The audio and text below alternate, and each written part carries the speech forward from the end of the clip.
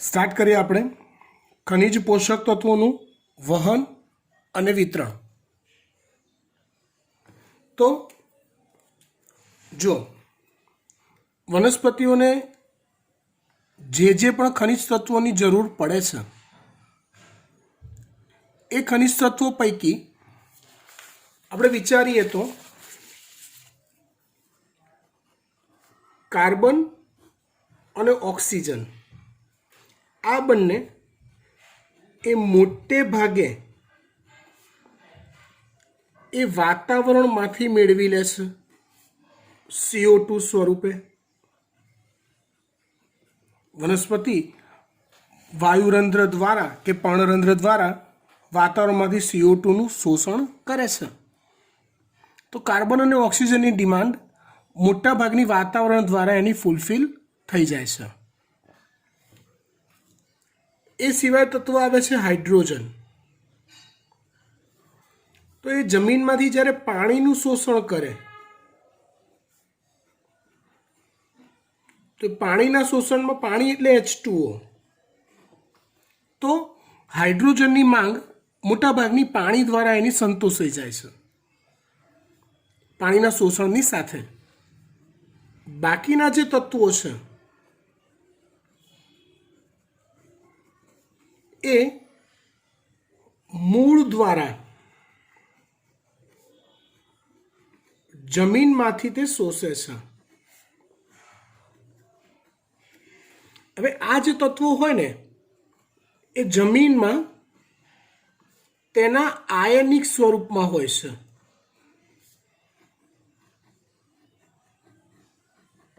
આ તત્વો જમીનમાં એના આયનિક સ્વરૂપમાં હોય છે. દાખલા તરીકે આપણે ઓલી આકૃતિ ફરી એકવાર વિચારીએ. અગાઉ આપણે જોઈ ગયેલા છે એ આકૃતિ. આ મૂળ રોમ અને મૂલાધાર સ્તર છે.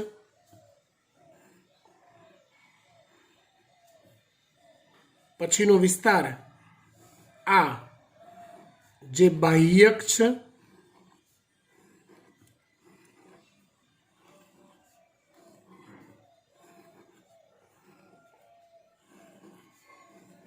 આ બાહ્યકનો વિસ્તાર છે. બાહ્યક પછી આવે છે આ જે અંતઃસ્તર છે. યાદ કરો તો બેટા, અંતઃસ્તરમાં કોનું સ્થૂલન હોય? કાસ્પેરિયન પટ્ટીનું. કેટલાક કોષોમાં સ્થૂલન ના હોય, બાકી કાસ્પેરિયન પટ્ટીનું અપ્રવેશશીલ પટલ અથવા સ્થૂલન અંતઃસ્તરમાં હોય. સુબેરિનનું સ્થૂલન કહેવાય એને. કયું કહેવાય? સુબેરિનનું સ્થૂલન. આ રીતે હોય.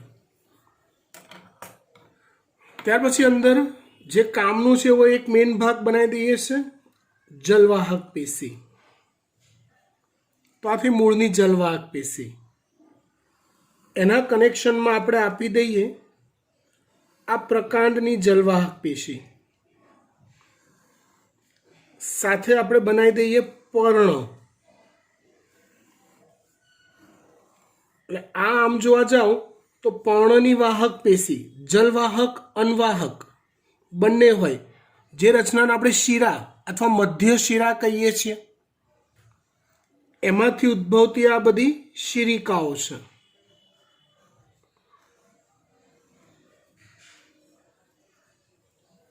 ચલો ફરી એકવાર ચર્ચા કરીએ. કાર્બન અને ઓક્સિજનની માંગ વાતાવરણમાંથી પર્ણરંધ્ર દ્વારા જે CO2 અંદર ગ્રહણ થાય એના દ્વારા સંતોષાય. જમીનમાંથી જે પાણીનું શોષણ થાય એના દ્વારા હાઇડ્રોજનની માંગ શોષાય. બાકીના જે તત્વો છે જમીનમાંથી મેળવે છે. આ તત્વો જમીનમાં એના આયનિક સ્વરૂપમાં હોય છે. જેમ કે કેલ્શિયમ હોય તો એ Ca2+ આયન સ્વરૂપે હોય. ક્લોરીન હોય તો Cl- આયન સ્વરૂપે હોય. પોટેશિયમ હોય તો K+ આયન સ્વરૂપે હોય. નાઇટ્રોજન હોય તો NO2 માઇનસ કે NO3 માઇનસ આયન સ્વરૂપે હોય, નાઇટ્રેટ કે નાઇટ્રાઇટ આયન સ્વરૂપે કહેવાય, એ જમીનમાં હોય છે. એ એકચ્યુઅલી આયનો જમીનમાં જે પાણી રહેલું હોય એની અંદર ઓગળેલા હોય છે, દ્રાવ્ય સ્વરૂપે હોય છે. સમજો, પાણીનું શોષણ અને ખનિજ આયનોનું શોષણ બંને મૂળના આ બાહ્ય સ્તર એટલે કે મૂલાધિ સ્તર અને મૂળ રોમ દ્વારા થાય છે. મૂલાધિ સ્તર અને મૂળ રોમ દ્વારા બંનેનું શોષણ થાય છે. હવે ખનિજ આયનોના શોષણ માટે થોડુંક ડીપમાં વિચારવું પડશે. થોડુંક એ વિચારીએ પહેલાં હું થોડુંક તમને પાણીનું શોષણ યાદ કરાવી દઉં. થોડુંક આપણે પાણીના શોષણ માટે એવું કહેતા હતા, પાણીના શોષણ માટે કે મૂળ રોમ અને મૂલાધિ સ્તરના કોષોનો કોષરસ સાંદ્ર સ્વરૂપે હોય અને ભૂમિય જળ એ મંદ દ્રાવણ સ્વરૂપે હોય. પાણીના શોષણ માટે આપણે આવું કહેતા હતા કે મૂળ રોમ અથવા તો મૂળના કોષો નો કોષરસ સાંદ્ર સ્વરૂપે હોય અને ભૂમિય જળ એ મંદ સ્વરૂપે હોય. સાંદ્ર સ્વરૂપ એટલે આપણે એવું કહીએ કે દ્રાવ્યનું પ્રમાણ સાપેક્ષે વધુ હોય ને મંદ એટલે દ્રાવ્યનું પ્રમાણ સાપેક્ષે ઓછું હોય. ઇન શોર્ટ, સીધી સાદી ભાષામાં જો દ્રાવ્ય એટલે આપણે ખનિજ આયનો લઈ લઈએ મોટે ભાગે, તો સીધી સાદી ભાષામાં પાણીનું શોષણ થવા માટે મૂળ રોમ મૂલાધિ સ્તર સાંદ્ર હોવું જોઈએ ભૂમિય જળ કરતાં. તો એ સાંદ્ર ક્યારે થાય? તો કે જ્યારે એની અંદર દ્રાવ્ય વધુ હોય તો, મતલબ કે ખનિજ આયનોનું પ્રમાણ વધુ હોય તો થાય. એટલે અહીંયા હું એવું કહેવા માગું છું કે મૂળના કોષોમાં ખનિજ આયનોનું મૂળના કોષોમાં ખનિજ આયનોનું પ્રમાણ વધુ હોય કોના કરતાં? ભૂમિય જળ કરતાં.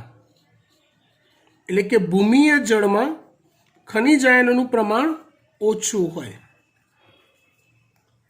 એટલે સીધી સાદી ભાષામાં હું એવું કહું તમને કે જો ખનિજ આયનોનું શોષણ થવું એટલે ભૂમિય જળમાંથી એ ખનિજ આયનો મૂળરોમ અને મૂલાધિ સ્તરના કોષોમાં દાખલ થવા. તો એ ખનિજ આયનો કઈ તરફ દાખલ થયા કહેવાય? વિચારો. તો એ પોતાના ઓછા પ્રમાણથી પોતાના વધુ પ્રમાણ તરફ દાખલ થયા કહેવાય. ખનિજ આયનો પોતાના ઓછા પ્રમાણથી પોતાના વધુ પ્રમાણ તરફ દાખલ થયા કહેવાય. ઇન શોર્ટ, તમે જાણો છો ઓછાથી વધુ પ્રમાણ તરફ જવું એના માટે શું કહેવાય? સંકેન્દ્રણ ઢાળની વિરુદ્ધ દિશામાં ક્રિયા થવી અથવા સક્રિય વહન થવું. ઢાળની વિરુદ્ધ દિશામાં વહન થવું અથવા સક્રિય વહન થવું. એટીપી સ્વરૂપની ઉર્જા વપરાઈને થવું. એટલે અહીંયા એવું કહી શકાય કે મોટા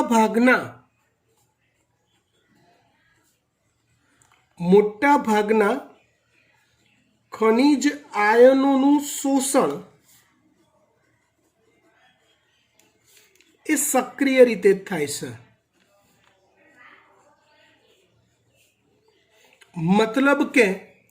મતલબ કે એના ઓછા પ્રમાણથી વધુ પ્રમાણ તરફ થાય છે, ઢાળની વિરુદ્ધ દિશામાં થાય છે. એટલે કે એટીપી સ્વરૂપની ઉર્જા વપરાય છે. અને આ કાર્ય કોના દ્વારા થાય? તો કે કોષરસ પટલમાં આવેલા પટલમાં આવેલા વિશિષ્ટ પ્રોટીન દ્વારા થાય, જેને આપણે આયન પંપ કહીએ છીએ. આ ચેપ્ટરમાં આગળ આપણે આયન પંપની વાત કરી ચૂક્યા છીએ. એના દ્વારા આ પ્રકારનું શોષણ શક્ય બને. ઢાળની વિરુદ્ધ દિશાનું ઉર્જા વપરાય એવું. આમ છતાં પણ એવું જરૂરી નથી બેટા કે દરેક વખતે ખનિજ આયનોનું શોષણ સક્રિય રીતે જ થાય. બને યાર કોઈક વાર લો કે આ મૂળ રોમ છે, મૂળ રોમનો કોષ છે, અહીંયા ભૂમિય જળ છે. બને કોઈ કિસ્સામાં એવું બને કે અંદર પોટેશિયમ આયન કરતાં ભૂમિય જળમાં પોટેશિયમ આયનનું પ્રમાણ વધારે છે. તો બને યારે વધુથી ઓછા પ્રમાણ તરફ જવાનું આવશે તો નિષ્ક્રિય વહન થઈને જઈ શકે. એટલે કમ્પલસેશન નથી કે ભૂમિય જળમાંથી ખનિજ આયનોનું શોષણ સક્રિય રીતે જ થાય. મોટે ભાગે સક્રિય રીતે થાય, કારણ કે મોસ્ટ પ્રોબેબલી મોટે ભાગે મૂળ રોમ અને મૂલાધાર સ્તરમાં ખનિજ આયનો જે તે ખનિજ આયનનું પ્રમાણ ભૂમિય જળ કરતાં વધારે જ હોય, કેમ કે એ કોષોનો કોષરસ સાંદ્ર છે. પણ કોઈક વાર આવું બને એટલે એવું કહી શકાય કે ક્યારેક ખનિજ આયનોનું વહન નિષ્ક્રિય રીતે પણ થાય છે. એ નિષ્ક્રિય રીતે થાય અને સાનુકૂલિત વહન કહેવાય, કેમ કે પ્રોટીનની મદદ વગર થવાનું નથી. વાહક પ્રોટીન આયન માર્ગની મદદ વગર એ વહન થવાનું નથી. આમ નિષ્ક્રિય કે સક્રિય રીતે ખનિજ આયનો મૂળરોમ અને મૂલાધાર સ્તરમાં પ્રવેશ કરે છે. બરાબર. હવે સમજો કે આ તો વાત થઈ ખનિજ આયનોનું શોષણ મૂળરોમ અને મૂલાધાર સ્તર સુધી થયું. વચ્ચેની સ્ટોરી ચોપડીમાંથી કટ કરી નાખી છે, હું સમજાવી દઉં. ત્યાર પછી શોષાયેલા ખનિજ આયનો બાહ્યકના વિસ્તારમાં પાણીની જેમ જ અપદ્રવ્ય પથ અને સંદ્રવ્ય પથ પ્રકારે જ વહન પામે છે.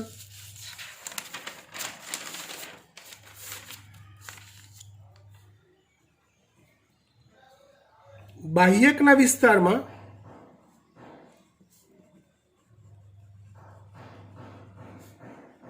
ખનિજ આયનો અપદ્રવ્ય પથ તથા સંદ્રવ્ય પથ પ્રકારે જ વહન પામે છે. ચલો, ત્યાર પછી વાત આવે છે અંતઃસ્તર.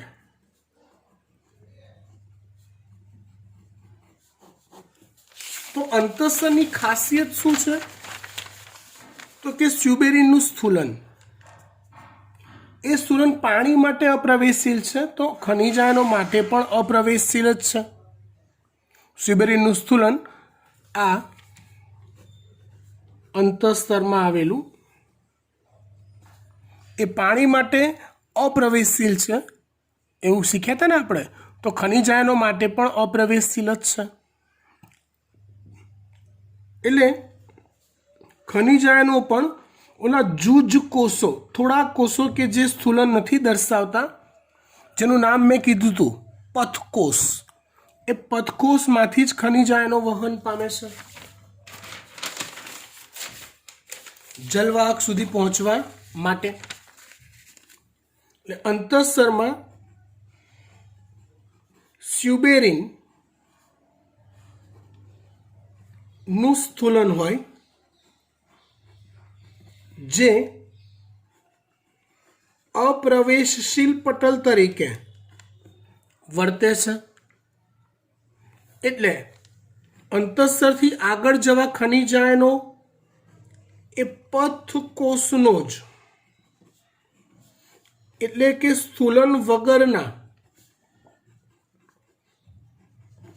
કોષનો જ ઉપયોગ કરે છે. શેનો ઉપયોગ કરે છે? પથકોષનો, એટલે કે સ્થૂલન વગરના કોષનો જ ઉપયોગ કરે છે. હવે આ જે પથકોષ હોય ને એ અંતઃસ્તરના પથકોષનું કોષરસ પટલ, આ બહુ જોરદાર છે, સમજવા જેવું છે, ધ્યાન આપજો. કોષરસ પટલમાંથી કેટલાક ચોક્કસ પ્રકારના જ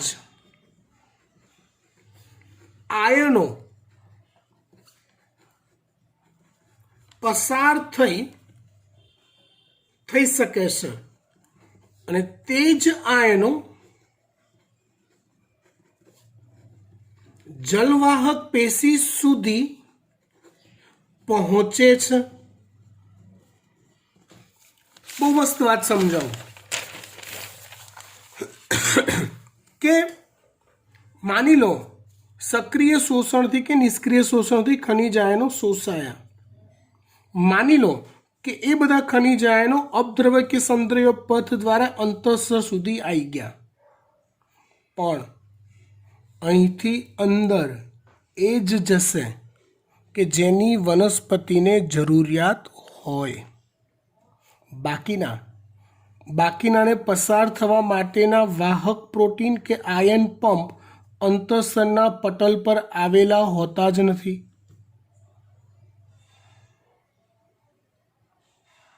સમજો, ધારો કે અહીંથી પોટેશિયમ, સોડિયમ, ક્લોરીન બધા જ આયનો શોષાયા, પણ જલવાહકને અથવા વનસ્પતિના દેહને હાલ ખાલી પોટેશિયમની જરૂર છે, તો અહીંથી ખાલી પોટેશિયમ આયનો જ પસાર થાય છે, બાકીના બધા અહીંયા જ રહે છે, આગળ બોડીમાં સ્પ્રેડ થઈ શકતા નથી.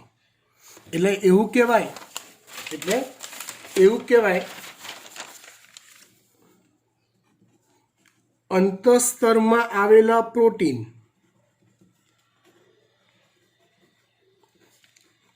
પ્રોટીન એ નિયંત્રક ભૂમિકા ભજવે છે અને માટે તેને નિયંત્રક બિંદુ કહેવાય છે. કોને? અંતઃસ્તરને. કંટ્રોલર, અહીંથી કોણ અંદર જાય, અહીંથી કોણ અંદર ના જાય, એનો કંટ્રોલર કોણ છે?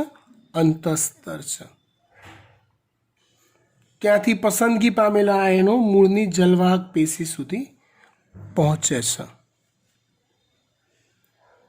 આટલી વાત ટિપિકલ હતી, અલગ થોડીક. બાકી તો અહીંથી ખનિજ આયનોનું ઉર્ધ્વ દિશામાં જે વહન છે એ પાણીની સાથે થાય છે. ખનિજ આયનોનું ઉર્ધ્વ દિશામાં જે વહન છે એ પાણીની સાથે થાય, ઓલો બાષ્પોત્સર્જન દ્વારા લાગતું જે ખેંચાણ બળ છે એના દ્વારા થાય. પાણીનું ઉર્ધ્વ વહન થાય તો એમાં જોડે રહેલા દ્રાવ્ય આયનો પણ ઉર્ધ્વ વહન પામે. કારણ જલવાહક પેશી જે છે ને એ તો ખુલ્લો માર્ગ છે, નળી છે, ખુલ્લી ટોટી છે, તો પાણી અને પાણીમાં દ્રાવ્ય ઘટકો બંને ઉર્ધ્વ વહન પામે. શેના દ્વારા? બાષ્પોત્સર્જન સર્જાતા ખેંચાણ દ્વારા.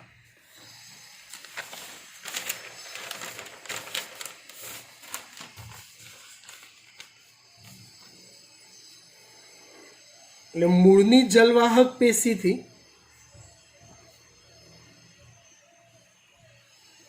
પ્રકારની જલવાહક તરફનું ઉર્ધ્વ વહન એ બાષ્પોત્સર્જન દ્વારા સર્જાતા ખેંચાણને આભારી હોય છે. શેના આભારી હોય? બાષ્પોત્સર્જન દ્વારા સર્જાતા ખેંચાણને આભારી હોય છે.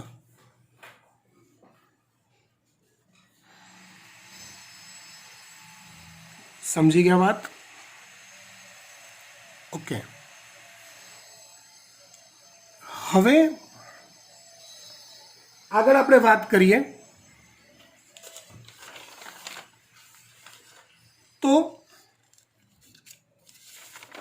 ત્યાંથી પછી એ ખનિજ આયનો પર્ણમાં શિરાઓમાં જાય. એ પણ વાહક પેશીધારી જ રચનાઓ છે. શિરાઓમાંથી પર્ણના જે કોષો છે બાકીના, અથવા વચ્ચેના જે અવકાશો છે આ બધી જગ્યાએ, ત્યાં એ ખનિજ આયનો પ્રસરણ દ્વારા પહોંચી જાય છે. શેના દ્વારા પહોંચે છે? પ્રસરણ દ્વારા પહોંચી જાય છે.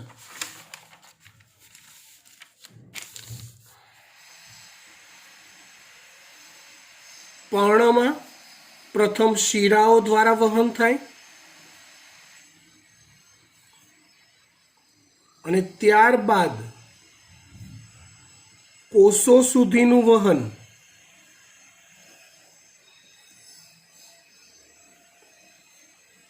પ્રસરણ પ્રક્રિયા દ્વારા થાય છે.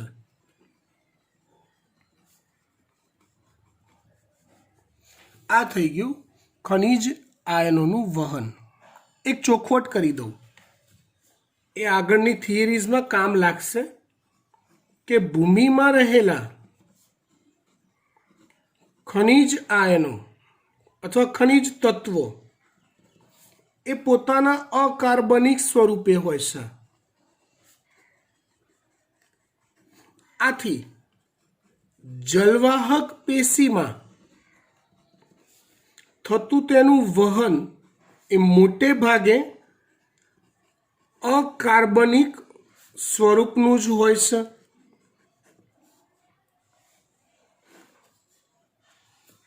મોટે ભાગે વહન કયા પ્રકારનું હોય છે? અકાર્બનિક પ્રકારનું જ હોય છે. અહીંયા ચર્ચા પૂરી કરીએ છીએ. ત્યાર પછી વાત કરીએ આપણે ખનિજ આયનોનું અથવા તત્વોનું સ્થળાંતરણ.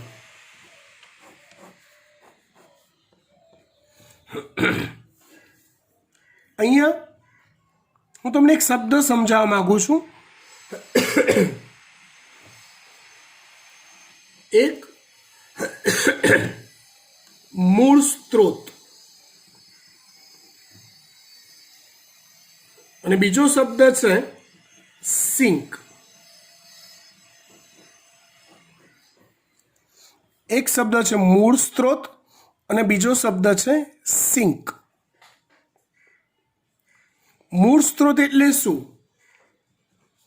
તો કે જ્યાં ખનિજ તત્વોનું અથવા આયનોનું ઉદ્ભવ થતો હોય અથવા પ્રાપ્તિ થતી હોય. ઉદ્ભવ થતો હોય અથવા પ્રાપ્તિ થતી હોય તેને મૂળ સ્ત્રોત કહેવાય. અને જ્યાં ખનિજ તત્વોનો વપરાશ થતો હોય કે સંગ્રહ થતો હોય એને સિંક કહેવાય. સિમ્પલ તમે તમારા બેઝિન, વોશ બેઝિન અથવા સિંકનું ઇમેજિનેશન કરો. નળ ખોલો છો તે પાણી સિંકમાં ચારે બાજુ ફેલાશે, પણ ફેલાયા પછી છેલ્લે પેલી ગટરવાળી જે પાઇપ હોય એમાં જ જશે. તો અહીંયા નળ એ મૂળ સ્ત્રોત થયો કે જ્યાંથી પાણી આવે છે, ને જ્યાં વપરાઈ રહ્યું છે કે જ્યાં જઈ રહ્યું છે એને સિંક કહેવાય. એ જ રીતે અહીંયા વાત લાગુ પડે છે. એટલે અહીંયા આપણે ભૂમિય જળને મૂળ સ્ત્રોત કહી દો ખનિજ આયનોનો, અને વનસ્પતિના વૃદ્ધિ વિકાસ કરતા અંગો જે છે કે જ્યાં ખનિજ આયનોની મેક્સિમમ જરૂર પડે છે એને સિંક કહેવાય. પર્ણમાં ખનિજ આયનોની જરૂર પડે છે. હા, તો પર્ણ એ સિંક થઈ ગયું. ખબર પડી વાત? એટલે અહીં ભૂમિય જળ એ મૂળ સ્ત્રોત કહેવાય અને પર્ણ કે વૃદ્ધિ પામતા અંગો જ્યાં ખનિજ આયનોની જરૂર પડશે એને સિંક કહેવાય. એને શું કહેવાય છે? સિંક કહેવાય છે.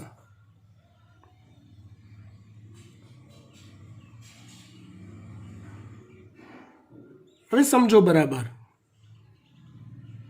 ધ્યાનથી સમજો કે ચલો પર્ણમાં એ ખનિજ આયનો ગયા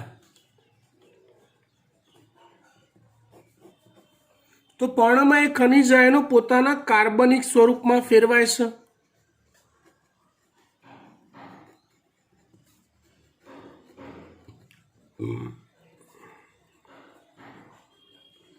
જસ્ટ ફોર એક્ઝામ્પલ, જમીનમાંથી PO4-3 એટલે કે ફોસ્ફેટ આયનનું શોષણ થયું.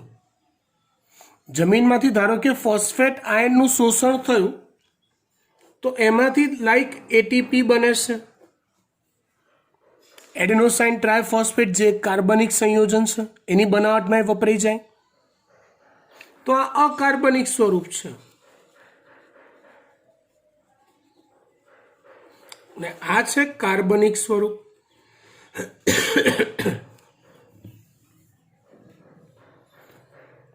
હવે આમાં થોડુંક ડીપમાં સમજાવું, થોડુંક મજા આવશે તમને.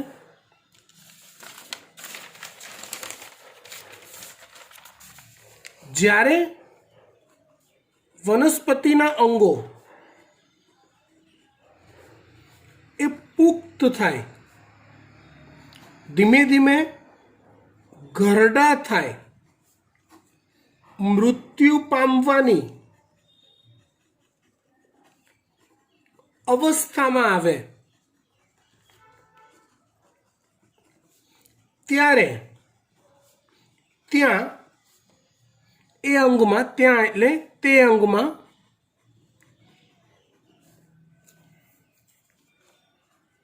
ખનિજ તત્વોનું એકત્રીકરણ થઈ જાય છે. બહુ મસ્ત વાત છે, એકાગ્રતા આપો. ત્યાં ખનિજ તત્વોનું એકત્રીકરણ થઈ જાય છે અને એ થયા બાદ ત્યાંથી નવા સર્જાતા અંગો તરફ તેનું વહન થાય છે. એક સિમ્પલ વાત કહું કે ઘરમાં રહેલી સૌથી મોટી વડીલ વ્યક્તિ એ પુખ્ત થાય પછી ધીમે ધીમે ધીમે ઘરડી થાય. એ ઘરડી થાય એટલે એ મૃત્યુ પામે એ પહેલાં પોતાનો વારસઈ કોકના નામે, ઘરના સભ્યોના નામે કરતી જાય છે. મારું મકાન મારા આ છોકરાને મળે, મારું દાગીનો જે મારા ફલાણા છોકરાને મળે છે ને, આવું બધું આપણા સમાજમાં. હા, તો એ જ વસ્તુ છે કે તમે એક પર્ણને ઇમેજ કરી લો. એ પર્ણ આ પર્ણ છે એ મસ્ત તબિયતથી વૃદ્ધિ પામે છે, પ્રકાશ સંશ્લેષણ કરે છે, ખોરાક બનાવે છે, જલસા કરે છે. હવે જ્યારે એ પર્ણ નબળું પડશે, આમ મરવા જેવું થશે, ખરું થશે, પડી જશે, એવા ટાઈમે એમાં જેટલા બી ખનિજ તત્વો હશે ને એ બધાનું સંગઠન રચાશે, ભેગા થઈ જશે ને ત્યાંથી એનું વહન વાહક પેશીઓ દ્વારા નવા સર્જાતા પર્ણો તરફ કે નવા સર્જાતા અંગો તરફ થશે. કેમ કે એ પર્ણ એવું વિચારે કે ભાઈ હું આમે હમણાં ખરી પડવાનો છું, 1-2 દિવસમાં ખરી પડ્યા પછી મારી વાર્તા પૂરી જ છે. હા કે ના? તો મારી પાસે જે ખનિજ તત્વો રહેલા છે હું નવા સર્જાતા અંગોને વહેંચી દઉં, આપી દઉં. આ છે ખનિજ તત્વોનું સ્થળાંતરણ. સમજ પડે છે વાત? હવે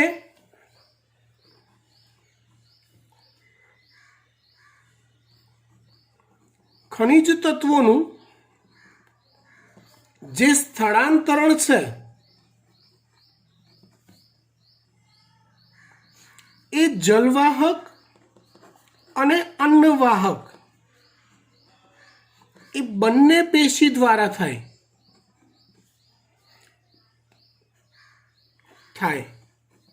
કાર્બનિક અને અકાર્બનિક આવા બંને સ્વરૂપો દ્વારા થાય.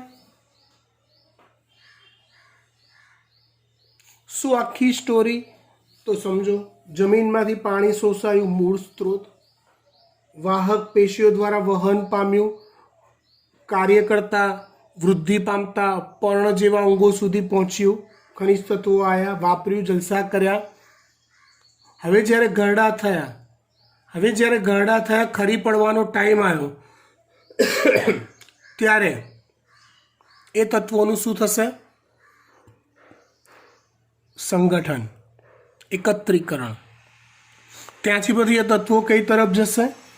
નવા બનતા પર્ણો તરફ કે નવા બનતી કલિકાઓ તરફ જશે. આ છે ખનિજ તત્વોનું સ્થળાંતરણ. એ વહન અકાર્બનિક કાર્બનિક બંને સ્વરૂપે થાય, જલવાહક અને અન્નવાહક બંને પેશીઓ દ્વારા થાય. અહીંયા કેલ્શિયમ જેવા તત્વો જે બંધારણીય ઘટક તરીકે વર્તતા હોય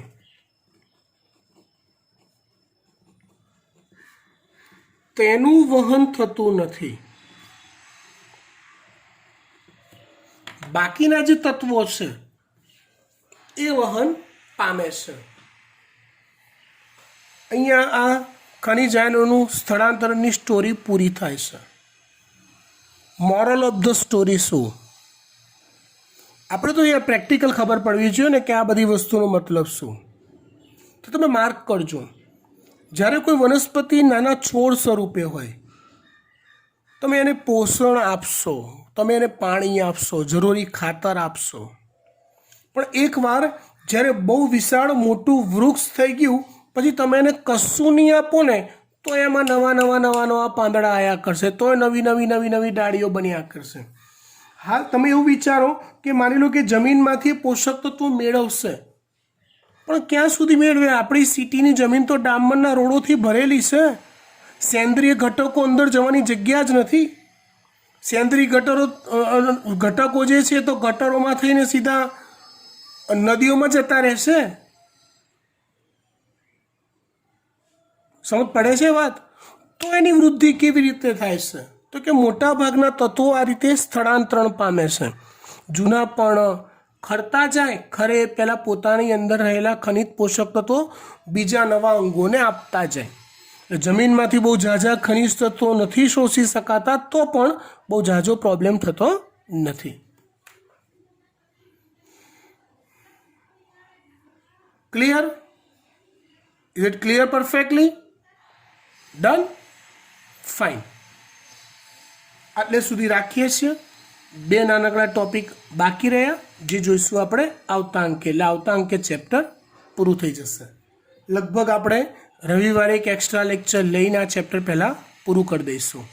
ઓકે, બાય.